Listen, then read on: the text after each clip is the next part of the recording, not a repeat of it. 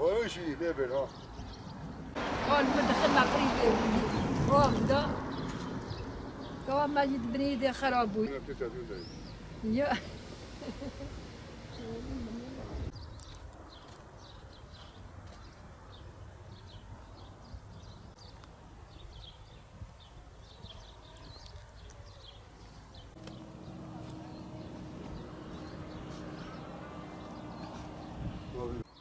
Vallahi akşam mesela.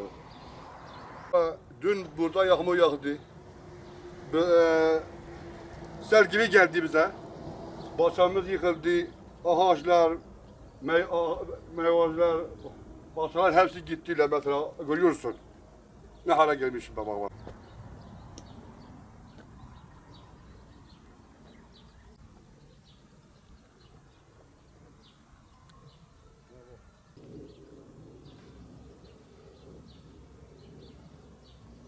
يا ربيع عاونة تلبي ما تيتلك دم الجبال ميوات الدحر جهاد بيطر ميوات تبي دورة بتشوني ولا بابو زي ولا جامع شهر شيء ربي عالم روس بيا حذورة خدين بيا حذور بعيدي جامع داري فكتك ما خدين ما لما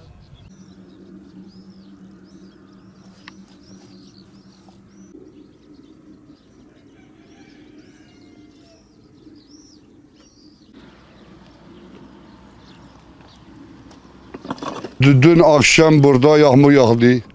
Bize sel geldi. Başımız görüyorsun. Atan divarımız, ağaçlar, bir sürü ağaçlar vardı. Hepsi mahvettiler, götürdüler mesela. Görüyorsun. Hiçbir şey, başka bir şey yapamıyorum. Ama meslekimiz budur. Buğda vardır. Bek ağaçlar vardır, fıstık vardır. Bir sürü ağaçlar vardı burada. Mahvoldular gittiler mesela hiçbir şey kalmamışlar. Eser gibi geldi ya, tufan gibi geldiler bize ya. Vallahi insan olsaydı, araba olsaydı, burada ev olsaydı giderdi. Mesela Allah çok şükür can gitmemiş. Ha, bizim halimiz de gitti. 150 metre falan divarlar vardı, divar. Hepsi betondur, hepsi kalıptır. Yıkıldılar. Ondan sonra meyve ağaçları vardı, mesela 2, 3 tane, 4 tane. Kökten gitti ya, kökten götürdüler. Paboltalarımız da vardı, hepsi götürdüler. Aslında başımız içmiş, hepsi dolmuş taş, toprak, hiçbir şey kalmamışlardı. Kullanamıyoruz mesela, bilmiyorum ne yapacağız. Valla 150 civarında masrafımız olmuş. Rica ediyorum mesela yetkililere çağrı yapıyoruz mesela bize bir yardım etsinler.